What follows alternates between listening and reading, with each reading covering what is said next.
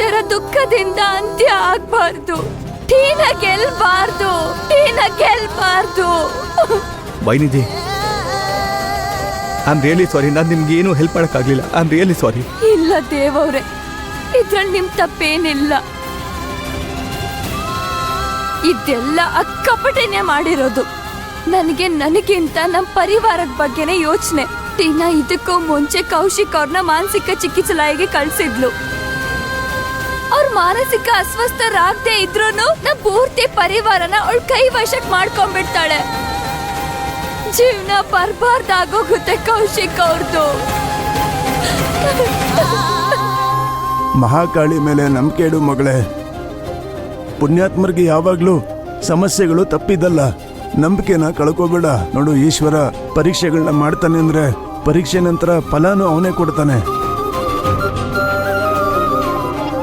ಹೇ ಅಮ್ಮ, ನಿಮ್ ಮೇಲೆ ಪೂರ್ತಿ ನಂಬಿಕೆ ಇದೆ. ನನ್ ಸತ್ಯನ ಮುಚ್ಚಾಕಕ್ ಬಿಡ್ಬೇಡ ಪ್ಲೀಸ್.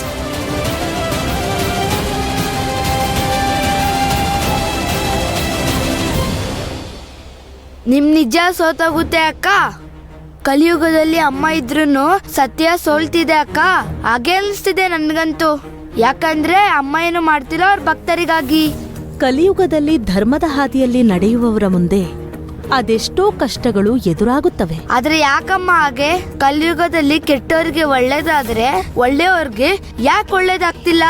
ಯಾಕವರು ಧರ್ಮದ ಮಾರ್ಗದಲ್ಲಿ ನಡಿಬೇಕು? ಏಕೆಂದರೆ ಧರ್ಮದ ಮಾರ್ಗ ಮೋಕ್ಷದ ಮೆಟ್ಟಿಲಿನ ಹತ್ರ ಕರ್ಕೊಂಡು ಹೋಗುತ್ತೆ. ಅವಳೇ ಇದನ್ನು ಆಯ್ಕೆ ಮಾಡ್ಕೊಂಡ್ಮೇಲೆ ಈ ಮಾರ್ಗದ ಪರೀಕ್ಷೆಗಳಿಂದ